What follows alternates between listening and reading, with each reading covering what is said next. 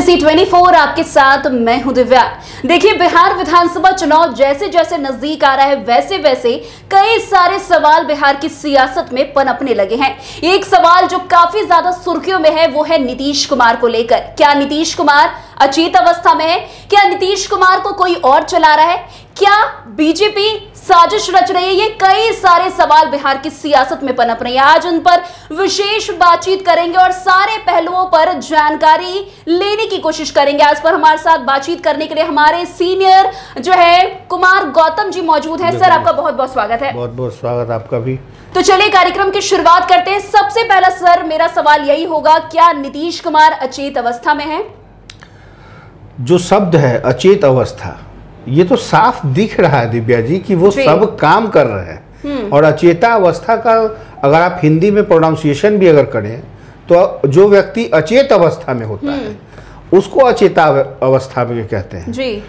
लेकिन जो व्यक्ति हर पल, हर मिनट, हर सेकंड बिहार की विकास की बात कर रहा हो, जो व्यक्ति 3.5 घंटा में कैसे आप इंटीरियर से राजधानी पटना पहुंचे इसकी कल्पना कर रहा हो, उसको धरातल पे ला रहा हो, जो व्यक्ति वो सोच रहा हो कि यदि कोई अंतिम पायदान में खड़ा व्यक्ति बीमार पड़ जाए तो उसको पटना पीएमसीएच, एम्स, एनएमसीएच कैसे लाया जाए, ये कल्पना कर रहा हो और उसको धरातल पर ला रहा हो, जो व्यक्ति ये सोच रहा हो कि विभिन्न जिलों के अलग अलग जगहों पर मेडिकल की व्यवस्था हो, मेडिकल कॉलेज हो, अस्पताल हो, सड़क हो, बिजली हो 24 घंटे, जो ये सोच रहा हो कि हर खेत को पानी मिले हर पल, जो ये सोच रहा हो कि हर घर में नल का जल कैसे जाए, क्या वैसे व्यक्ति के लिए ये शब्द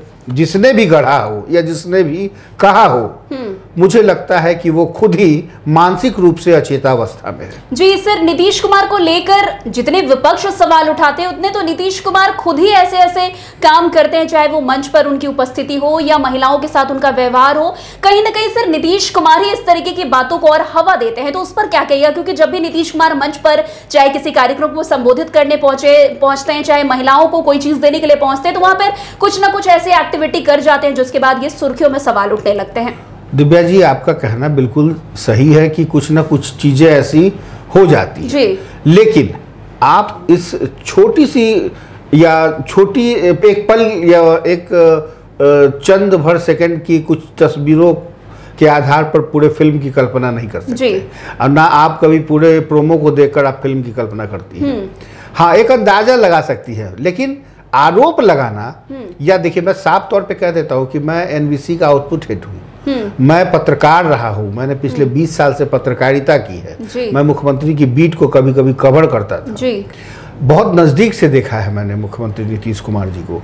मैं कोई प्रवक्ता नहीं हूँ जेडीयू का, लेकिन जिस शब्द से, जिस आरोप से विपक्ष लगातार हमला कर रहा है, कल तक कभी नीतीश कुमार भी उनके साथ में रहा करते थे।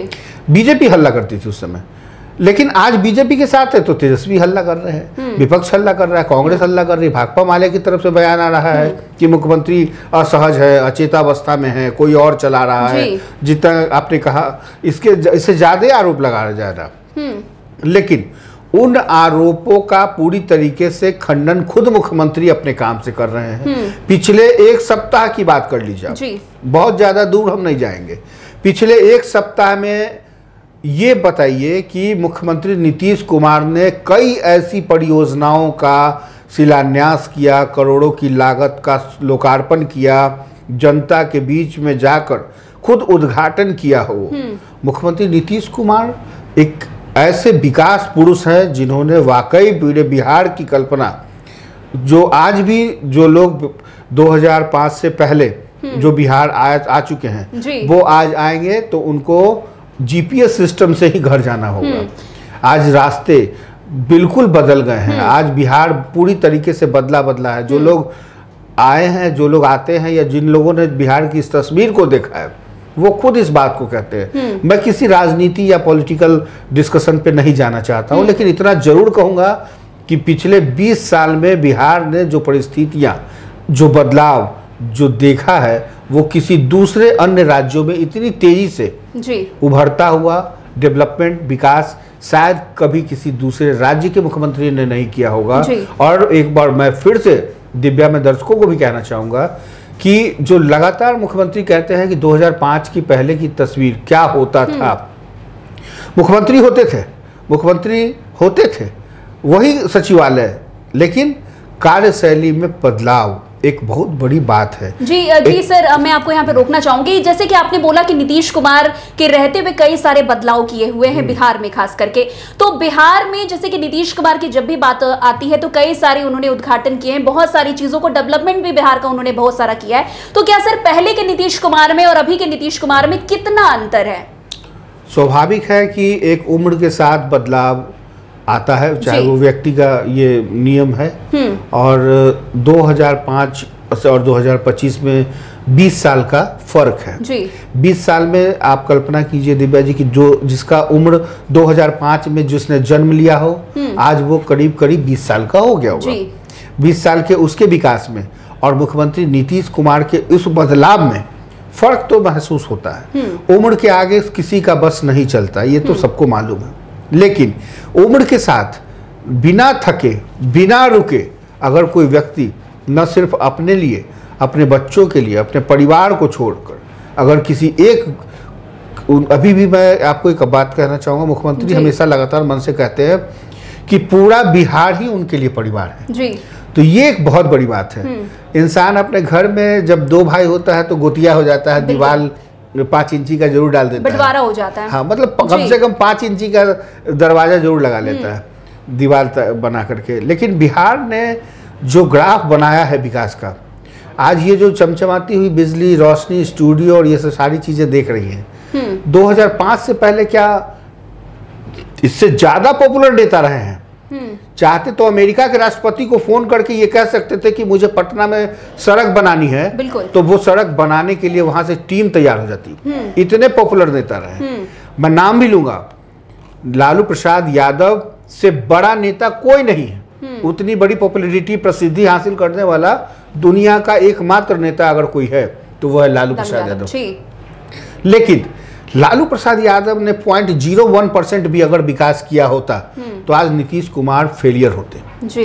क्योंकि लालू प्रसाद यादव चाहते तो दुनिया के किसी भी देश में फोन करके, सिर्फ बिहार में वो उनका रुतबा, वो उनका जज्बा था, वो चाहते तो बहुत कुछ करा सकते थे। लेकिन सिर्फ आवाज दे देने से, नीचे बैठने वाले को कुर्सी पर बैठा देने से काम नहीं चलता है। ये मानना होगा आपको कि विकास की परिकल्पना, सड़क, बिजली, पानी, कनेक्टिविटी, आज जो लड़कियां या जो लड़के या जो आप स्कूल, कॉलेज, सब कुछ आप कहीं भी किसी भी रूप में आप नजर डालिए तो आप पहले 2020 से 25 पहले की जो तस्वीर देखिएगा तो जिसने देखा है उसको मालूम है। क्राइम की जहां तक बात है, मैं जानता हूं आप अगला सवाल क्राइम को लेकर ही पूछिएगा, लेकिन क्राइम तो हर जगह होता है। उसमें नीतीश कुमार के असहज होने या नीतीश कुमार के जो शारीरिक चिंता पर जो आरोप लग रहे हैं, ये कहीं ना कहीं बेबुनियाद है।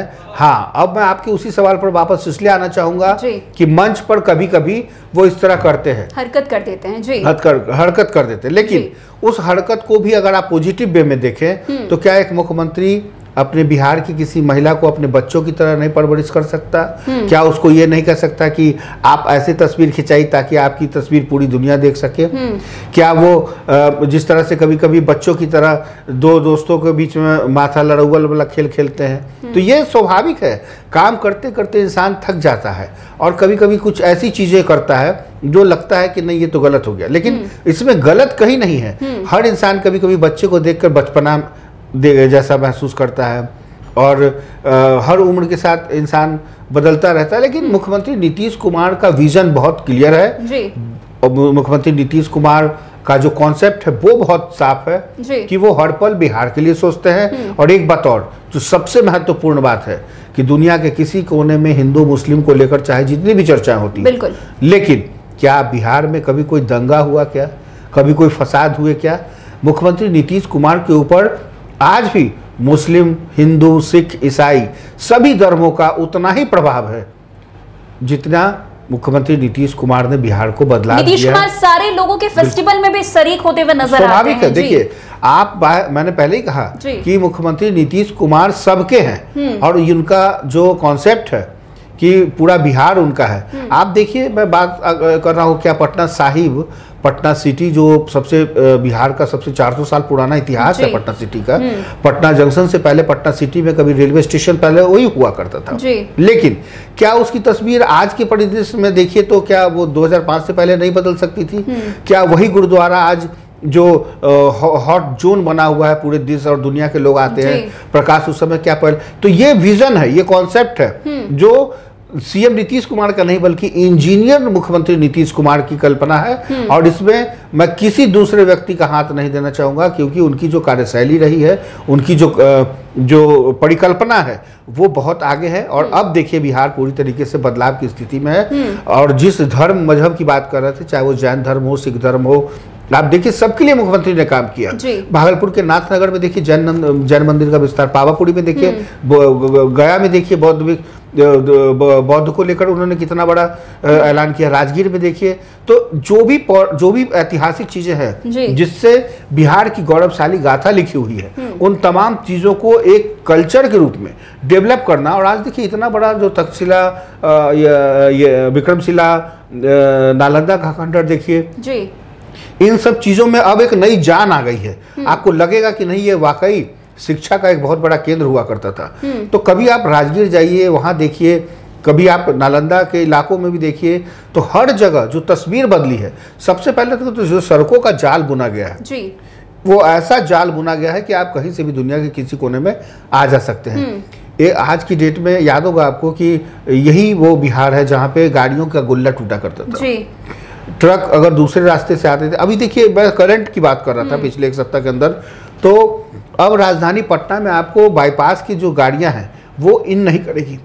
अभी जो बिदुपुर से लेकर के जो उधर का जो रास्ता है राघोपुर का, वो अगर पॉलिटिकल चाहते तो राघोपुर से उनको कोई लेना देना नहीं, लेकिन उन्होंने इस बात की चिंता कभी की ही नहीं कि ये किस जाति का है, किस धर्म का है, किस मजहब का है। भाई चलने वाले लोग तो जाति धर्म पूछ के थोड़ी चलते हैं, लेकिन जो लोग राजनीतिक चश्मे से इसको देखते हैं वो कहते हैं अच्छा यादव के ऊपर वोट की सिद्धमारी कर लिए नीतीश कुमार, है ना, सुनती है।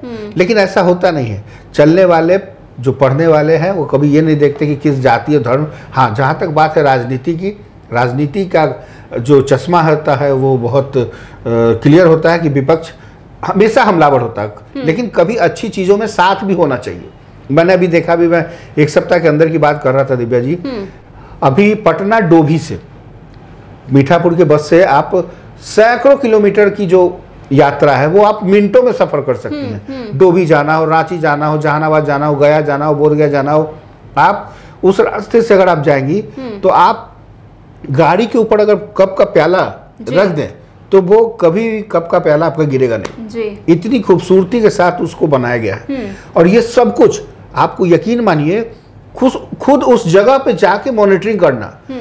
तपती धूप पे 44 डिग्री के टेम्परेचर में मुख्यमंत्री चाहते तो एसी के बंद कमरों में सो रहते। बिल्कुल, ये तो काबिले तारीफ है। बिल्कुल, तो जो व्यक्ति ये सोच रहा हो कि 44 डिग्री में, और उनके साथ पीछे पीछे अधिकारी दौड़ते हैं, इनकी चाल के आगे, इनके विकास के आगे पीछे अधिकारी दौड़ते हैं। करना तो अधिकारियों को है, लेकिन एक कॉन्सेप्ट, एक विजन जिस तरीके से बिहार के मुखिया नीतीश कुमार कर रहे हैं, इसमें कहीं कोई दो राय नहीं है दिव्या जी, कि चाहे वो कोई कितना भी आरोप लगा ले, मानसिक स्थिति कह ले खराब है, शारीरिक स्थिति खराब है, कुछ क्या कर रहे हैं, नहीं कर रहे हैं, ये सब कहते, कोई और चला रहा है वो भी मान लेते, लेकिन नीतीश कुमार का कॉन्सेप्ट है, नीतीश कुमार काम कर रहे हैं और ये उनके हर कदम पर अब सिर्फ बिहार दिख रहा है।